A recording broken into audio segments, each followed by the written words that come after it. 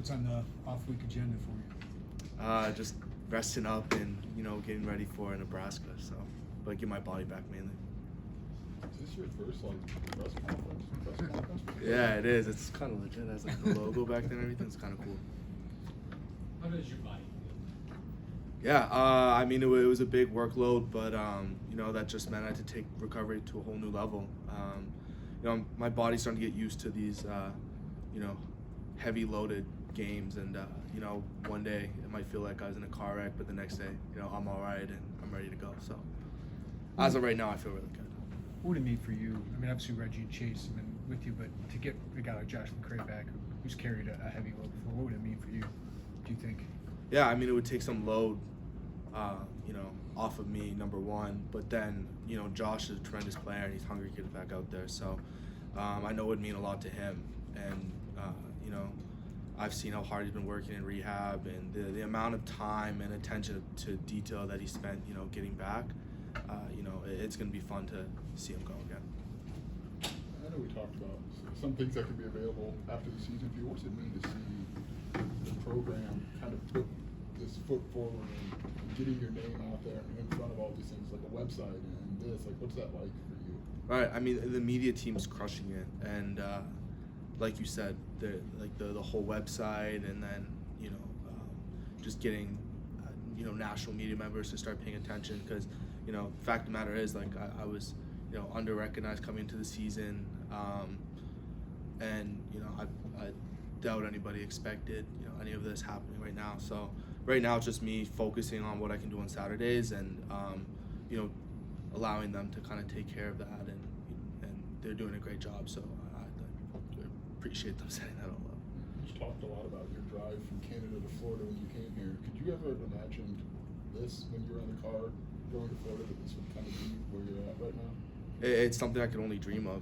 I'm blessed to be the position I am, but none of this would have happened if I didn't take it 1 week at a time.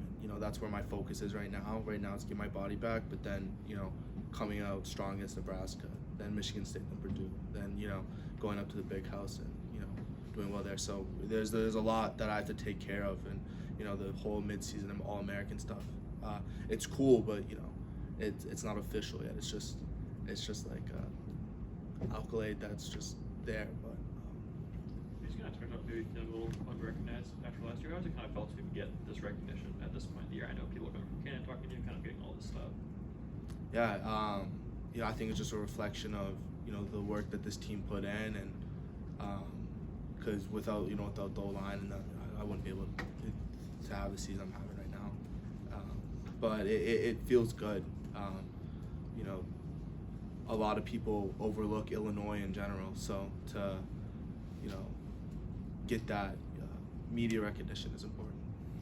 Chase, Bielema had kind of said he brought you in the office in the offseason and said, here, this is what's probably going to happen for you.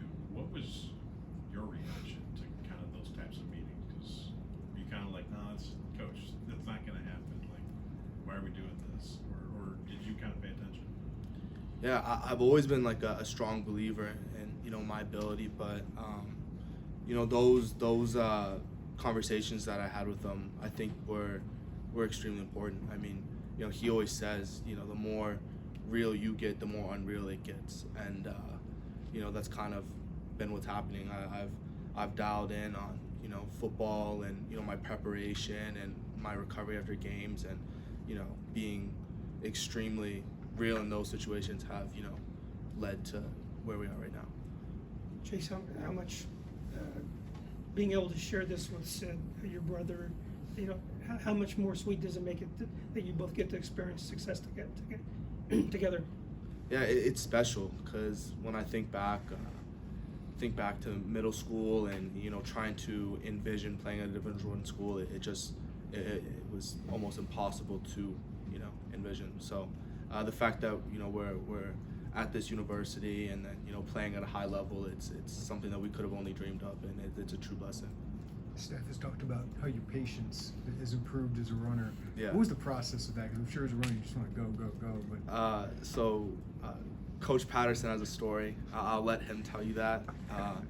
But it was just watching film and saying, hey, like, this could have opened up if you let the O-line, work a little bit longer here and get up to the second level. And that's kind of been my main focus, in allowing my guys up front to, do their work, get up to the second level, and then, running lanes open. And that's my job, just run through the running lanes and make somebody miss on the field. So Obviously, you lost a couple really key guys in V and Doug to the NFL. So to see this group reconfigure and be Joe Moore, on a roll mid-season, like what have you seen from that group as the season's going along? I mean, they're extremely hard workers, and they want to be the best at everything they do. There's times where they'll come to me and say, oh, what can we do better? How can we get better? And, I appreciate that, because, as much work as, I'm putting in, they're putting in the same amount. And, that's obviously, I think that's the whole story of the season. Everybody's so dedicated and so focused on getting better and winning that, it's just changing the culture of the program. Did you do anything differently in the off season, just in terms of preparing for the year, just mentally, physically? After last year, where you had some of those injuries early and kind of had to deal with all that. Yeah, I just this off season, I gave myself a week to, just relax and get my mind right, just reset, right. But as soon as January hit, my mindset changed, and I was gonna leave no what ifs. I wanted this season to be, be something to remember. And right now we're just over halfway, and I'm just not sad. I'm happy with the wins, but personally I think we can push this way further than where it is right now, and I'm excited to see where it could end up. What did your January look like? Anything in particular that you did that was different, or just extra? But I mean, I just changing my routine a little bit. It was mainly just focus on my body, working on just a lot of work by myself, and the footwork, and the shoulder maintenance, and just working on everything, so that when the season came around, I had no doubts in what my body was going to be able to take, and what I could push myself to. Chase, we're aware of Canadian media here. What does it mean for you to be getting attention back home, and what kind of feedback do you hear? It's really cool. I mean, they I know they made a big trip out here, and it's a pleasure to have them. But I've honestly turned off all my notifications on like Twitter and Instagram, because it's going a little bit crazy right now. But I think it's easy to get distracted by that kind of stuff, but it's also cool that they're taking recognition of what the team's been able to accomplish and what I've been able to accomplish this year. Might be a stupid question, but how would you describe what it's like to be Chase Brown right now? I don't. Ask me that at the end of the season. I think I'll have a better answer for you. Chase, you're having a lot of success in Coach Lenny's scheme, obviously, a lot of space. Was there any question in your mind going back to the spring whether the change would be good for you and good for the running game? Well, when Coach Lenny called me, I was actually familiar with his whole system, and I was excited to get to work with him. I mean, he's a great offensive mind. What he brings to the table is tempo, speed, and and overall, like, the way that he calls plays, like a play calling confidence that we needed here. And he's taking shots, he's spinning the ball to the perimeter, and then we're running the ball efficiently, stay ahead of the chains, and that's the most important. That's the biggest change from last year, is that he's just brought so much to the table, and it's a blessing to have him here.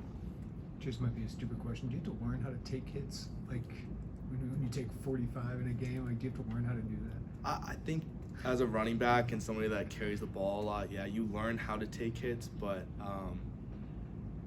most of it is how you treat your body after the game, and spending time in the cold tub, spending time with the training staff, because they're there to help you, and those resources are there to help you. So just maximizing the resources you have here, and I think that's the main thing. Dennis said you had a Coke, like a Diet Coke immediately. Yeah, that's it. So somebody asked me that not that long ago. It's not that crazy. I can have a Diet Coke every now and then, but it's fun. Jason, I asked Coach Bielema the same question, but it seems like this team is handling success pretty well, and keeping all the outside noise outside. So what would you attest that to? Is it veteran leadership on the team, or does it come from the staff? Well, I think it comes from leadership, but also something that Coach V's kind of established in the culture here. It's on the door when you leave. It says manage the outside.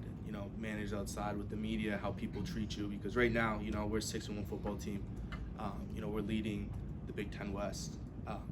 We're a good football team, and the more games we win, the more people that are going to support the Illini football team. So, as quickly as this season's started off to a really good start, you never know how it could end, and how people's vision of this program can change. So just taking it 1 week at a time, and focusing on how we can keep on winning is the most important thing. Do you have to keep reminding the younger players of that?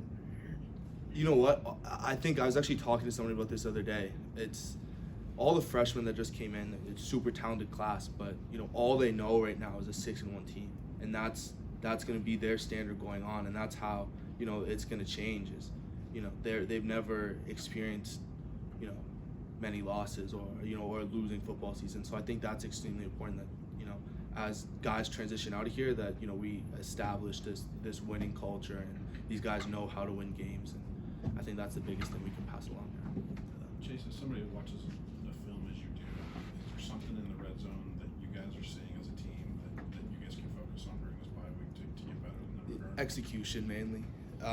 You go turn on the film. Sometimes there's MEs or people run the wrong route, and that's just what it's been so far. So red zone execution is gonna be huge going on into the future. I guess it's October. Did you make your own logo, or how did that kind of? Yeah. So somebody sent that to me, and I thought it was really cool, and I kind of just asked if I could make it my thing, and that's how it went. But it's kind of cool.